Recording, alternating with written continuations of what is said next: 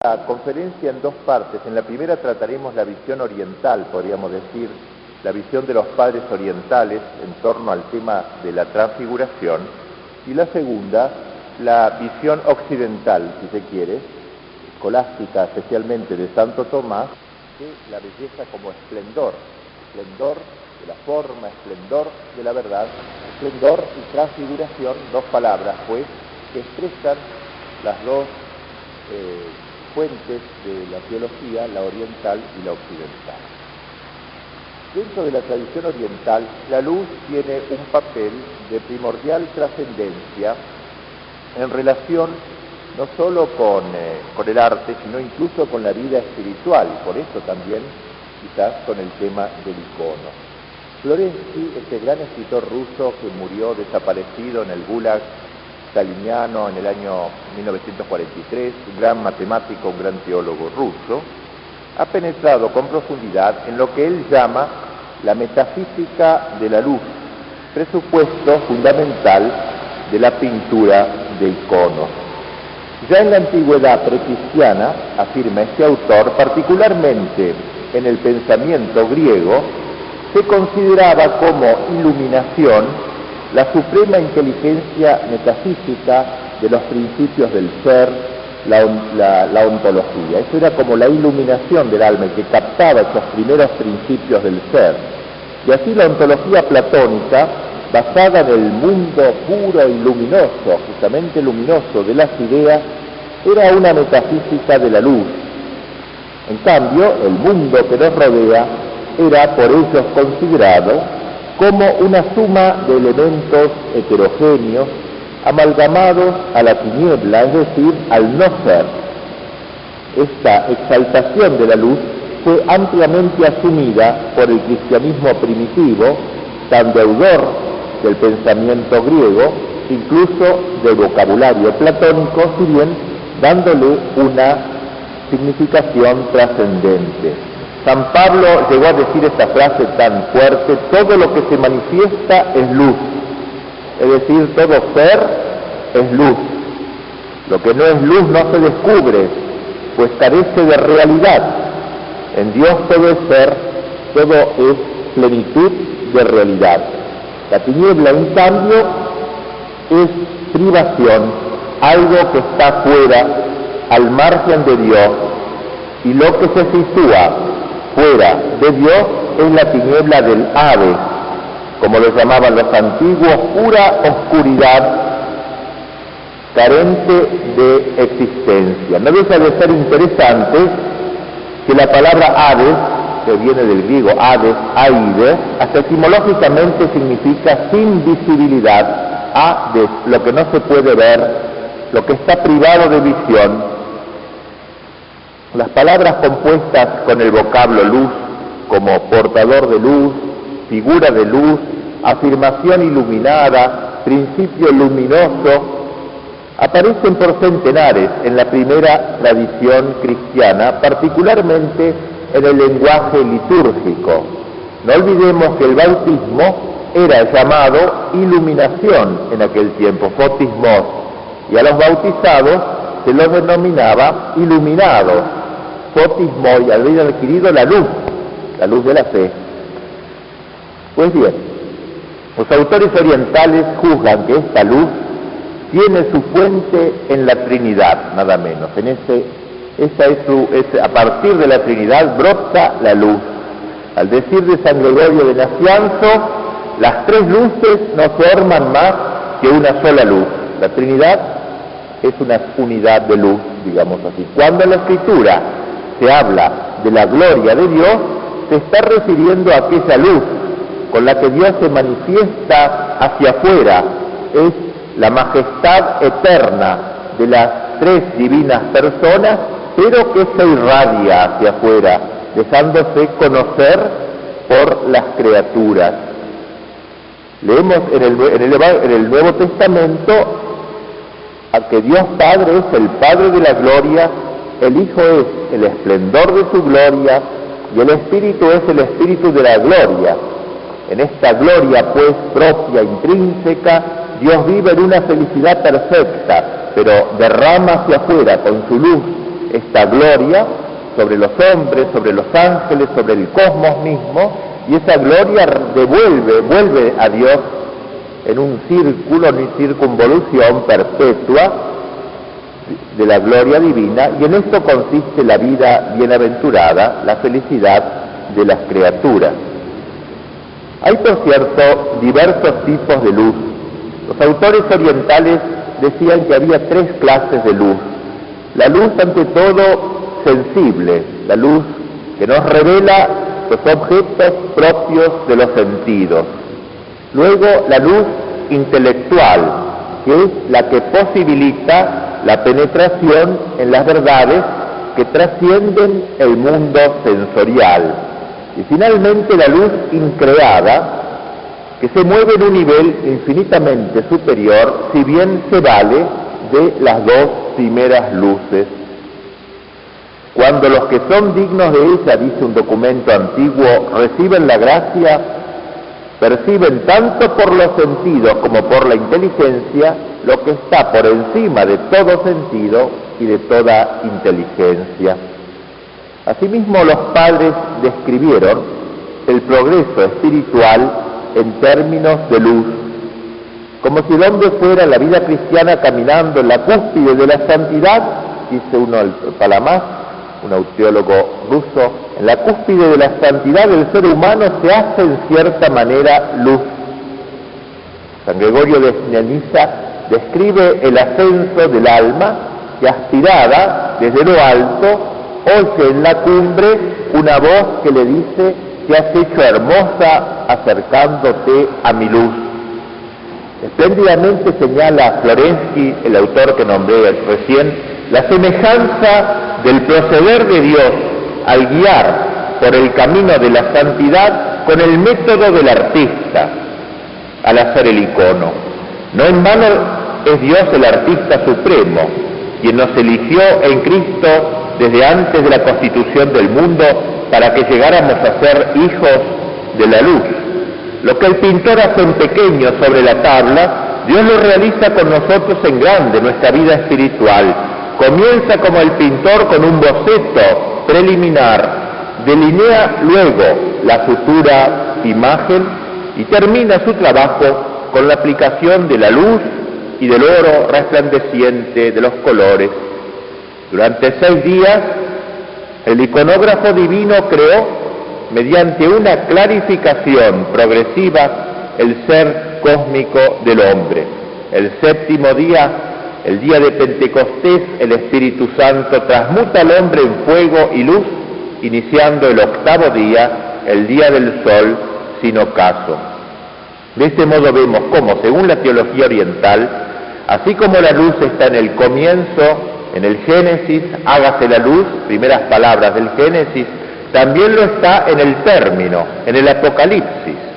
A semejanza del primer día de la creación, el siglo futuro constituye un solo día, digamos, un mediodía, escribe San Gregorio de Nyssa, y ya lo afirma el mismo Apocalipsis: no habrá ya noche, allí en el fin de la historia, los hombres no tendrán necesidad de la luz de la lámpara, ni de la luz del sol, porque será Dios su propia luminaria, Dios el que lo iluminará por todos los siglos.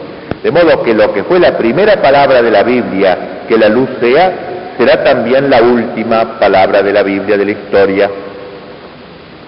Ahora bien, esta idea, pues, esta centralidad de la luz en el pensamiento oriental, encuentra una expresión o una encarnación vigorosa en el misterio de la transfiguración de Cristo, en donde Cristo, como sabemos, se ilumina, no solo su alma, su cuerpo, hasta sus vestidos. Este misterio está en conexión directa con el sentido luminoso de los iconos, al punto que la primera imagen que había de hacer el artista que se iniciaba en el arte iconográfico era precisamente el icono de la transfiguración, para ser marcado, por así decirlo, por este icono que daba todo su sentido a los demás que haría. Dice el Evangelio, para ir un poquito a este tema de la transfiguración, dice que se transfiguró delante de ellos Cristo, su rostro resplandeció como el sol y sus vestidos se volvieron blancos como la luz.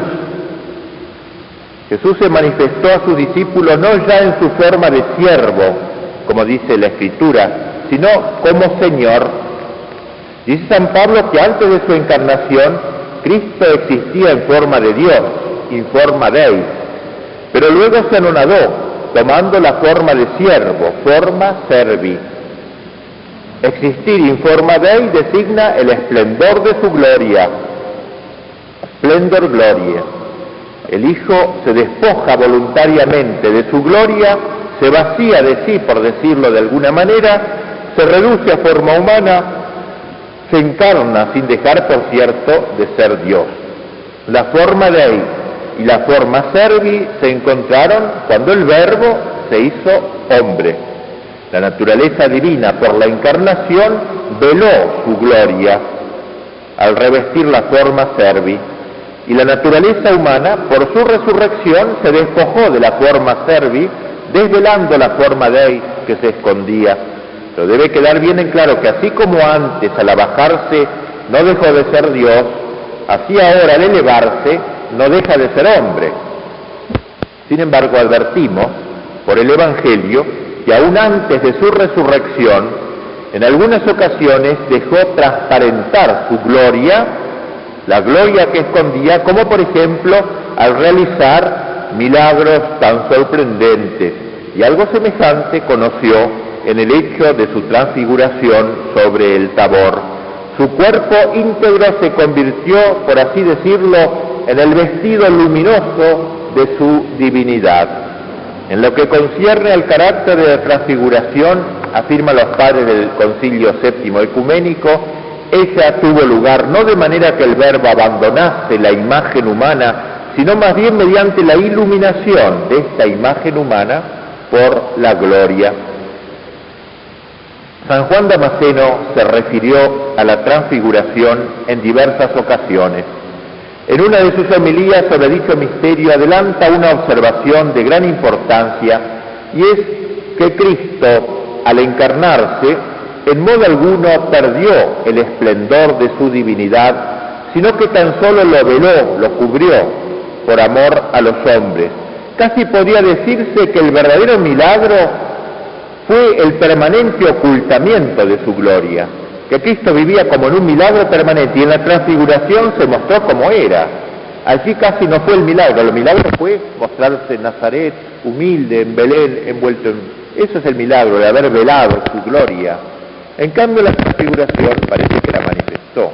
Y así escribe el Damasceno: en el Tabor Cristo no se convirtió en lo que no era antes, sino que se mostró a sus discípulos tal cual era, abriéndoles los ojos, dándoles la vista a los que eran ciegos.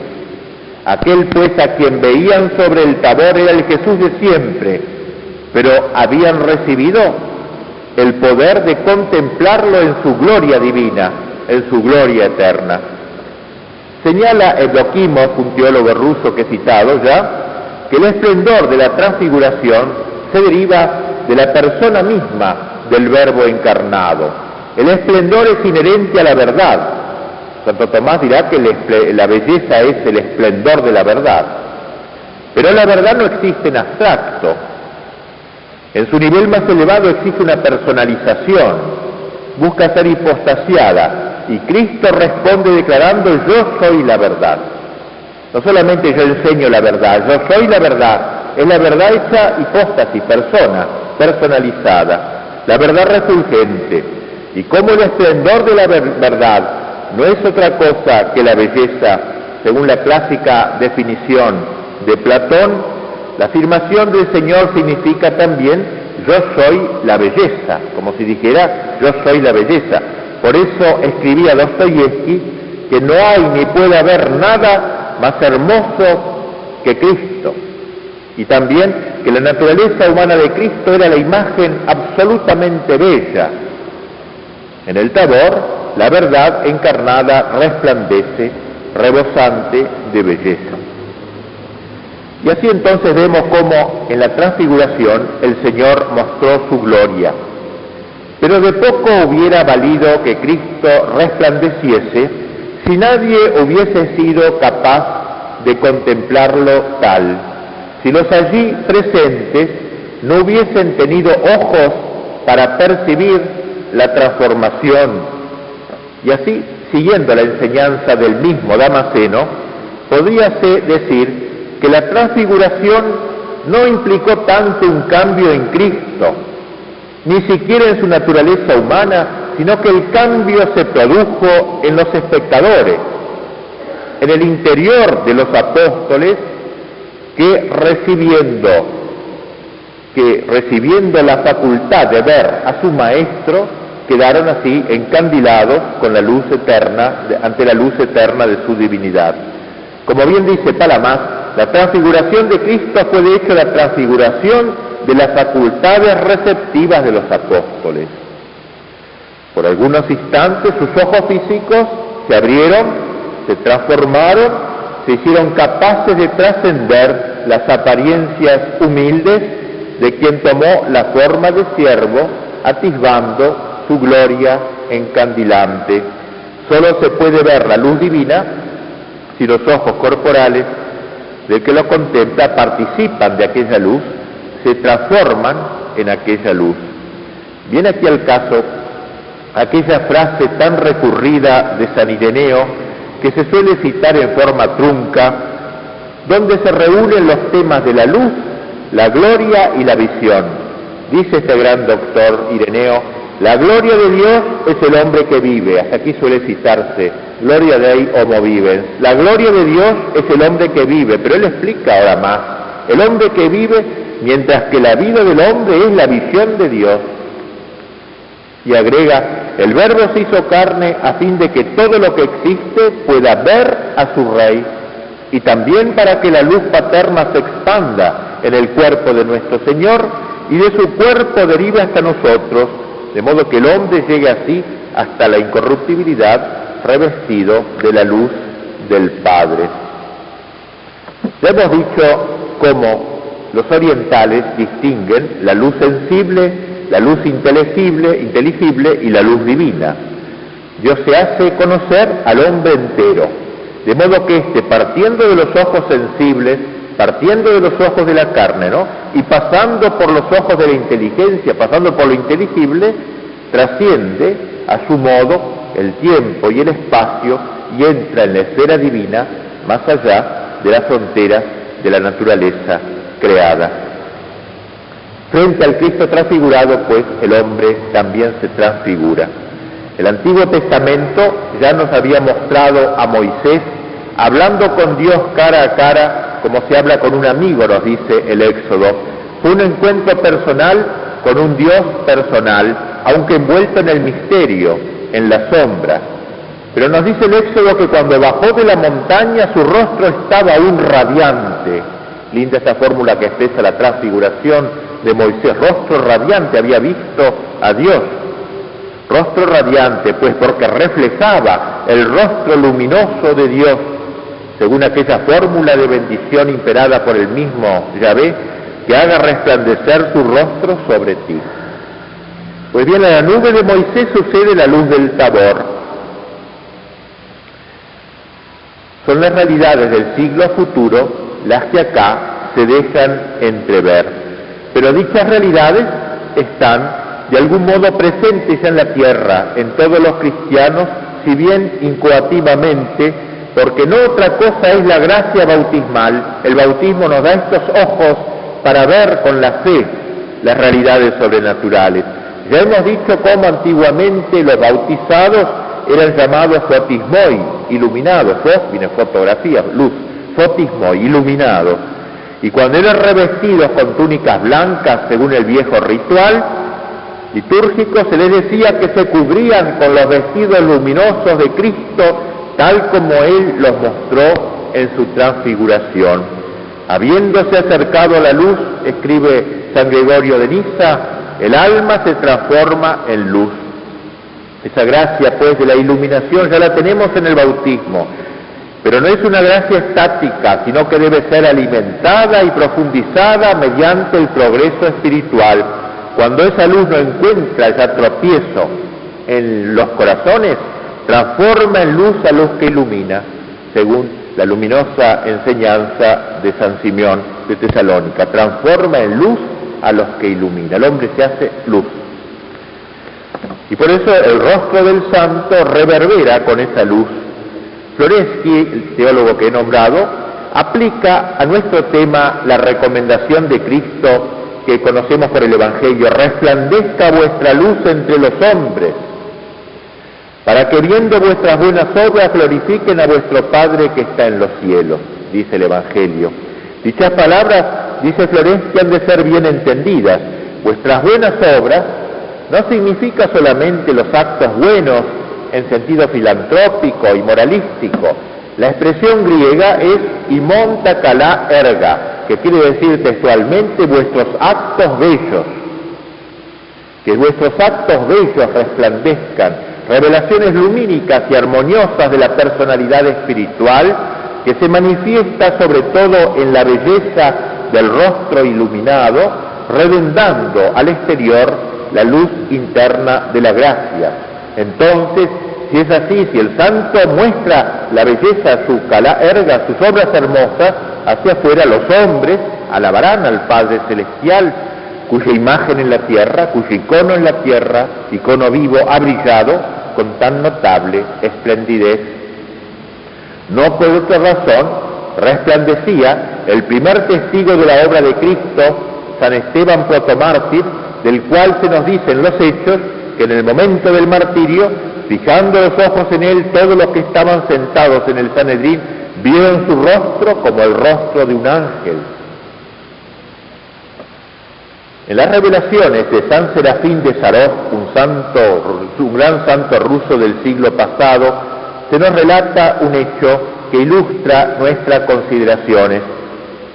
Y aquí que en cierta ocasión estaba este gran santo, que es como el San Francisco de Asís ruso, digamos, el mismo, muy parecido a nuestro San Francisco de Asís occidental. Estaba este gran santo con un discípulo suyo, estaban conversando ambos en el borde, en el linde de un bosque, y advirtió el discípulo que su maestro Serafín se transfiguraba. Tu rostro, dice, se ha vuelto más resplandeciente que el sol, y a fuerza de mirarte me siento mal de la vista. Y lo describía luego este discípulo: imagina en medio del sol, en el fulgor de sus rayos rutilantes del mediodía, el rostro del hombre que te habla. Y nos dice la memoria de este testigo que esa luz del santo, esa luz de la santidad que se mostraba en su rostro, se difundía a todo el ambiente, iluminando la estepa cubierta de nieve. Como bien señala Lossky, un teólogo ruso, dicho relato encierra en su aparente simplicidad toda la doctrina de los padres orientales sobre la presencia de la gracia que se irradia, digamos así, expresando la luz divina. Es la continuación de la transfiguración de Cristo, que transfigura a los miembros de su cuerpo. Cuando se trata del conocimiento experiencial que el hombre puede tener de Dios, es imposible hablar de la luz, como lo hemos hecho hasta ahora, sin abordar también a la tiniebla, o sin aludir también a la tiniebla que rodea a dicho conocimiento. No nos referimos, por cierto, a aquella tiniebla de que hablamos al comienzo, que es símbolo del pecado, de la nada negativa, de la ausencia de Dios, puesta bajo el dominio del príncipe de este mundo, no en vano llamado príncipe de las tinieblas. Ahora, en este momento, la tiniebla, la usamos, esta palabra la usan los autores orientales, como el símbolo sensible para expresar la incognoscibilidad de la esencia de Dios, que permanece siempre trascendente a toda criatura. O sea, este Dios que es luz es tan grande que, a pesar de ser luz, tiene algo de tiniebla, porque es muy grande, más allá de toda luz. Dionisio Areopagita, un autor del IV siglo, distingue dos vías teológicas posibles para acceder al conocimiento de Dios. Una procede por afirmaciones, que se llama la teología catafática o positiva, y la otra por negaciones, que se llama la teología apofática o negativa. La primera nos conduce a una cierta inteligencia de lo que es Dios, y es una vía imperfecta para Dionisio. La segunda, en cambio, nos lleva a la ignorancia total, y es la vía perfecta para él, a la tiniebla, la que mejor conviene a la trascendencia de Dios. Elévase esta última de los grados inferiores del ser hasta las cumbres, descartando progresivamente todo lo que puede conocer el hombre, signado por la limitación, para acercarse al desconocido, al ilimitado, en las tinieblas de la ignorancia. Es claro que estas negaciones, que resaltan la incognoscibilidad de Dios, no implican la prohibición de conocer, sino que lo que señalan es la superación de todo concepto. Todo concepto humano es inadecuado para entender a Dios, que es infinito. La teología apofática, pues, a la que yo aludo en el programa que tienen ustedes, cuyo mistagogo, o sea, el conductor principal de esta teología es el Espíritu Santo, tiende hacia un conocimiento de Dios cada vez más profundo, digamos así, y hace que la teología conceptual desemboque en contemplación. Santo Tomás, que conoció estas dos teologías, reduce las dos vías de Dionisio a una sola, haciendo de la teología negativa una corrección de la teología afirmativa. Según el doctor Angélico, hemos de atribuir a Dios las perfecciones que hallamos en los seres creados. Por ejemplo, vemos en un ser creado la belleza y debemos decir Dios es supremamente bello. Todas las perfecciones que encontramos en los seres creados se las atribuimos a Dios, pero inmediatamente, dice Santo Tomás, debemos negar el modo limitado como dichas perfecciones se encuentran en aquellos seres, para luego afirmarlas de Dios según un modo más sublime. De modo que para Santo Tomás las negaciones se refieren al modo significandi, como él dice, al modo de expresión, siempre impropio, y las afirmaciones a la res significata, es decir, a la perfección que se quiere expresar, que se da en Dios de una manera infinitamente superior a la manera como se encuentran en las criaturas. Pues bien, el apofatismo, que ya sabemos lo que es esta palabra, o sea, tratar de acceder a Dios por la negación de todo lo que no es Dios, constituye el carácter distintivo de la tradición teológica de la Iglesia de Oriente. O sea, la Iglesia de Oriente ama más este proceso negativo para subrayar más la trascendencia de Dios que el positivo. Este camino, iniciado por Clemente de Alejandría, según el cual Dios, por ser misterio, trasciende infinitamente todo nombre, toda noción, encuentra en Dionisio una expresión más acabada. El Areopagita habla del rayo superesencial de la tiniebla divina. Tiene que fórmula de paradoja: rayo, rayo de sol, de luz, rayo de la tiniebla. Rayo de la tiniebla divina. En Dios hay luz y hay tiniebla. Dios se muestra, pero al mismo tiempo se vela, se cubre, está más allá. Rayo superesencial de la tiniebla divina, lo que intenta describir las dos caras de Dios, podríamos decir, las dos caras de Dios, los dos aspectos distintos pero inseparables, a saber, la divinidad hacia afuera, rayo, inmanente a esta creación, en tanto que obra a través de los rayos, de sus manifestaciones, de sus energías que se muestran, y la divinidad hacia adentro, en su trascendencia, en tanto que permanece inaccesible en su esencia, tiniebla, luz y tiniebla, pues, luz hacia afuera, luz es el Dios que se muestra a veces, pero detrás de eso hay una tiniebla que es la esencia misma de Dios. Y así, con palabras paradojales, escribe Dionisio Areopagita: la tiniebla divina es la luz inaccesible donde Dios habita. Fórmula extraña: la tiniebla divina es la luz inaccesible donde Dios habita. Como si dijéramos una luz que nos encandila casi, ¿no? Es tan fuerte la luz que nos encandila, no por falta de luz, no por oscuridad, sino por exceso de luz, en ese sentido, luz en la tiniebla. Gregorio de Niza llevó adelante con gran inteligencia las ideas de Dionisio.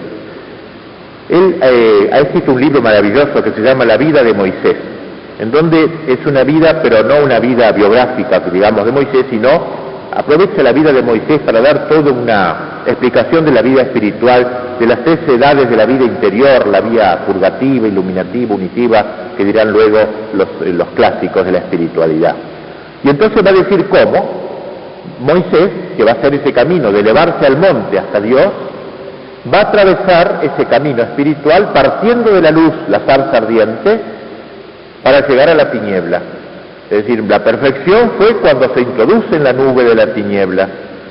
Y concluye Gregorio de Niza su libro: mientras el espíritu se acerca más a la contemplación, más ve que la naturaleza divina es invisible. Ve que es invisible, paradoja, más ve que es invisible. En efecto, dice, el verdadero conocimiento de aquel que busca es comprender que ver consiste en no ver.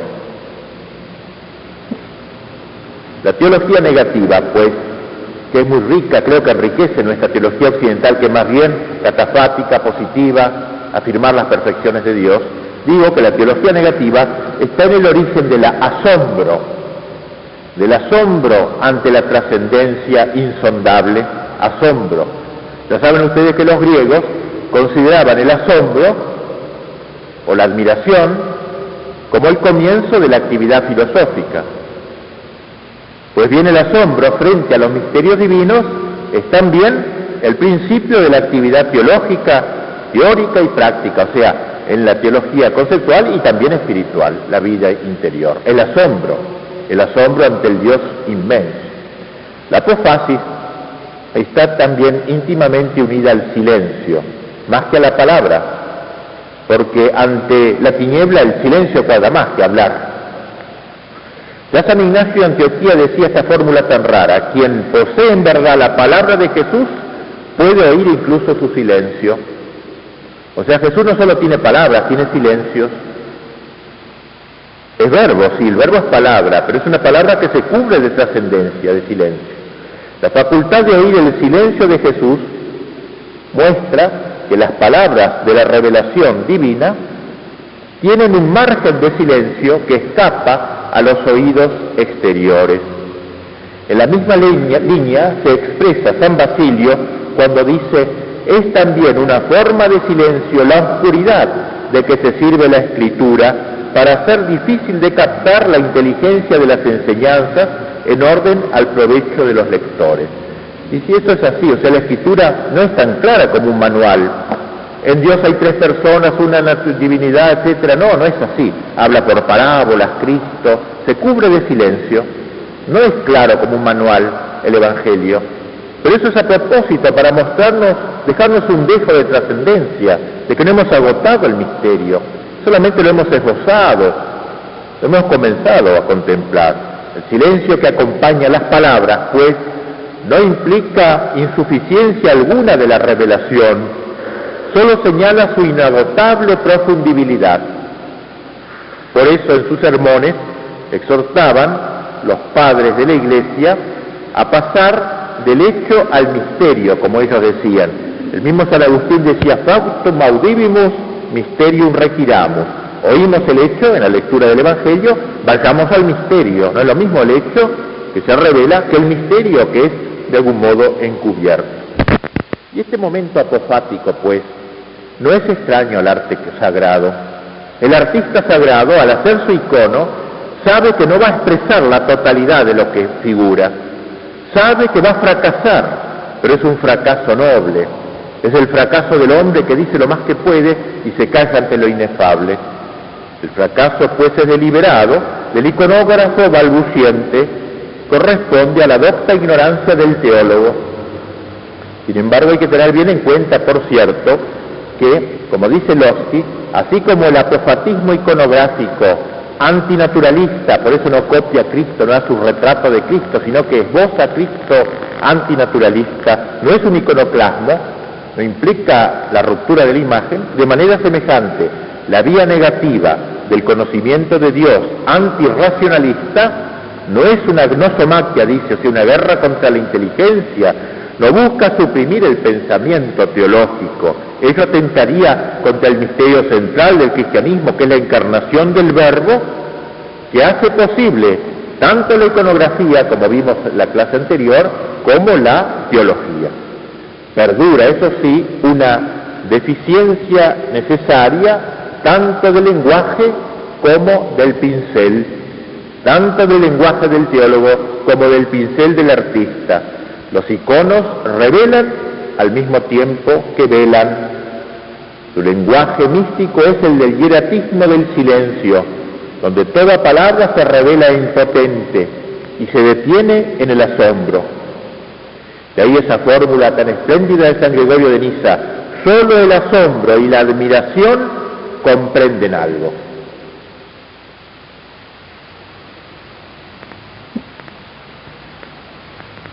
El icono reverbera, pues, con el triunfo de la luz.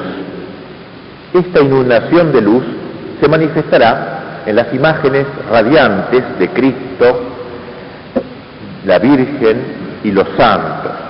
La santidad es luz exterior y la Iglesia reconoce la posibilidad de traducir en la lengua de las formas, de las líneas y de los colores el resultado de la acción divina en el hombre. En los iconos podríamos decir que el estado interior del santo se manifiesta en la figura y parece concentrarse sobre todo en el rostro. Según aquello que la Iglesia canta al Señor en su liturgia: tu luz resplandece en el rostro de tu santo. Afirma Evdokimov, quizás demasiado apodícticamente, que el occidente gravita místicamente en torno a la cruz, mientras que el oriente se centra en la gloria de Dios. Con todo, cree advertir un parentesco entre esta enfatización oriental y el estilo románico occidental, entre el Pantocrátor bizantino, el Señor glorioso bizantino, y el Cristo románico de Becelé y de Chartres. Sea lo que fuere, es cierto que el arte icónico encuentra sus delicias en aquellas expresiones de la Escritura que hablan de Dios como adornado de magnificencia, vestido de belleza y de esplendor, al que hace eco, reduciendo a pintura la frase del apóstol: nosotros reflejamos como en espejos la gloria del Señor. Pero esa gloria se ha encarnado, por así decirlo, en Cristo, y por eso es en Cristo donde el iconógrafo encuentra la mejor posibilidad de elevar con su pincel un himno doxológico, de acuerdo también a la enseñanza de San Pablo, que dice: Dios ha hecho brillar la luz en nuestros corazones para hacer resplandecer el conocimiento de la gloria de Dios en el rostro de Cristo. Por eso la manera como en los iconos se representa al Hijo del Hombre refleja o debe reflejar la gloria de Dios. La humildad del Verbo encarnado ha de ser presentada de modo que nos permita vislumbrar la gloria divina. Cristo pidió al Padre en la última cena la gloria que tenía antes, la tuvo siempre, pero velada. El icono debe ahora manifestarla, debe continuar el tabor, debe llenar de oro el icono para que resplandezca la figura de Cristo. La atmósfera litúrgica en la que vive el icono es la que se respira en las epístolas doxologizantes, doxa quiere decir gloria, o sea, glorificantes, de Pablo a los Efesios, Filipenses y Colosenses. Esa gloria de Dios reverbera finalmente en el rostro de los santos, que se han transformado en la misma imagen, como dice San Pablo, de gloria y en gloria, y ante todo en la Santísima Virgen, como se deja advertir en sus diversos iconos, entre los cuales se destaca el llamado de la zarza ardiente, Nuestra Señora de la zarza ardiente, donde se la muestra rodeada por los coros angélicos, cada uno con su color respectivo, pero es ella la que concentra la plenitud del esplendor, como afirma Trubekov. Este icono expresa el ideal de la criatura iluminada y glorificada, de la creación que alberga en sí el fuego del Verbo divino. Por esta relación entre el icono y la gloria, el cuerpo que en él se representa, sea el de Cristo como el de la Virgen o de los santos, no es el cuerpo carnal, es el cuerpo glorificado. Comparando un retrato con un icono se ve claro. El icono pretende presentar el hombre transfigurado, deificado, revestido de la belleza incorruptible, un hombre hecho icono vivo de Dios. Un icono representa el modelo, dice Folkov, este gran novelista contemporáneo, tal cual aparecía transfigurado en la luz del monte Tabor. Así trata de representar al santo. El orden y la paz interiores se transmiten en el icono por la paz y armonía exteriores.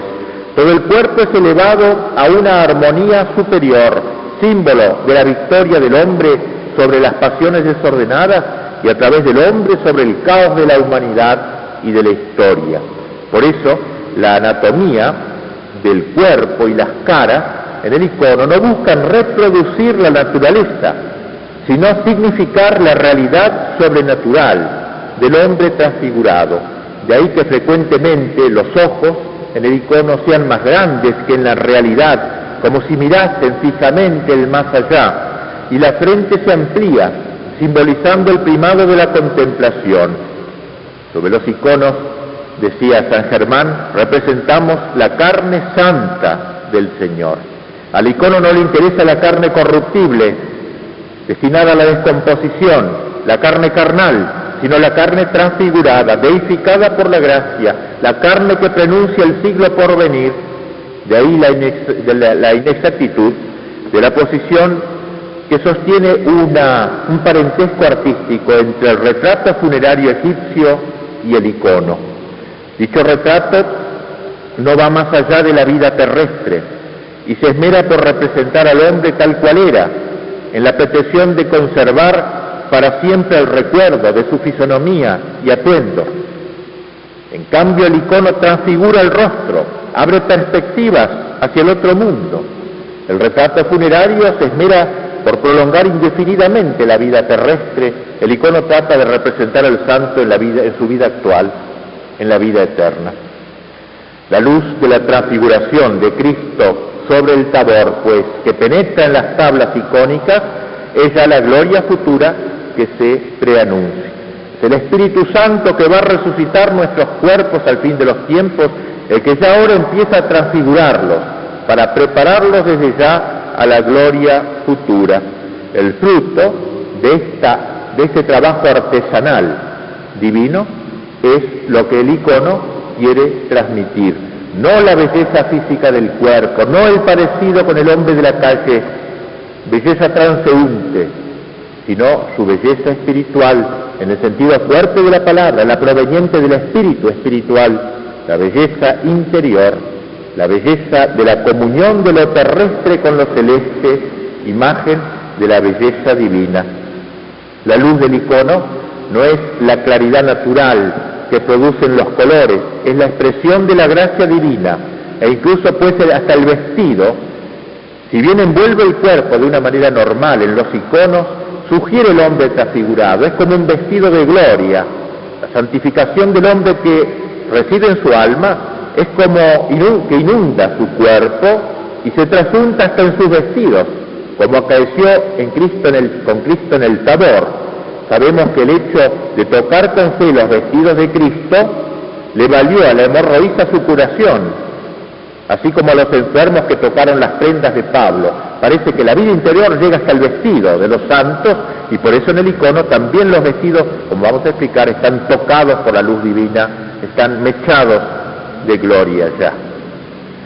Digamos, para terminar esta primera parte, que la transfiguración icónica no termina en el hombre, sino que llega incluso a impregnar el cosmos, la naturaleza exterior al hombre. Escribe Florensky que en el icono hay que distinguir, aún cromáticamente, o sea, en colores, los colores, el rostro humano de todos los demás.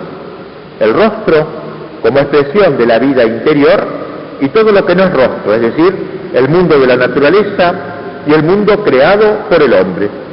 En el lenguaje de la pintura de iconos, el rostro se llama semblanza y todo el resto, árboles, palacios, rocas, cuerpo, incluso se llama relleno o redundancia. La transfiguración del Señor y en consecuencia la transfiguración del hombre se irradia en el icono sobre la naturaleza entera en la serenidad que trasuntan los bosques y los campos bajo los rayos del sol, como si la deificación del hombre se propagase a lo que lo rodea, se refractase a su ambiente. La creación se haría degradado por la caída del hombre, el Señor de la naturaleza. Dice San Pablo que la creación fue sometida a la vanidad por culpa del hombre y está esperando su liberación. Pues bien, Cristo va a liberar esa naturaleza sierva. En la vida de Cristo tenemos incluso una indicación que preanuncia simbólicamente el comienzo del restablecimiento de la armonía del cosmos. Es cuando estuvo en el desierto, donde se nos cuenta que moraba con las fieras y los ángeles lo servían. El Dios hombre congrega las fieras y los ángeles, congrega las criaturas terrestres y las celestes. La idea de que en Cristo hay un reencuentro cósmico inspira el contenido de un buen número de iconos. Señala Uspensky que la armonía y el restablecimiento de la paz, la que trajo Cristo, la verdadera, tal es la idea que está en el telón de fondo tanto de la arquitectura como de la pintura del icono. Si nos limitamos al icono, advertimos que alrededor de la imagen del santo todo cambia de aspecto. El mundo se convierte en una imagen del mundo futuro, renovado, transfigurado. Las cosas pierden su carácter habitual, banal, desordenado. Todo lo que rodea al santo, el paisaje, los animales, la arquitectura se somete a él, a un orden rítmico. Todo refleja la presencia divina. La tierra, el mundo vegetal y el mundo animal participan en la deificación del hombre. Vamos a detenernos aquí un rato de descanso y luego seguiré la segunda parte.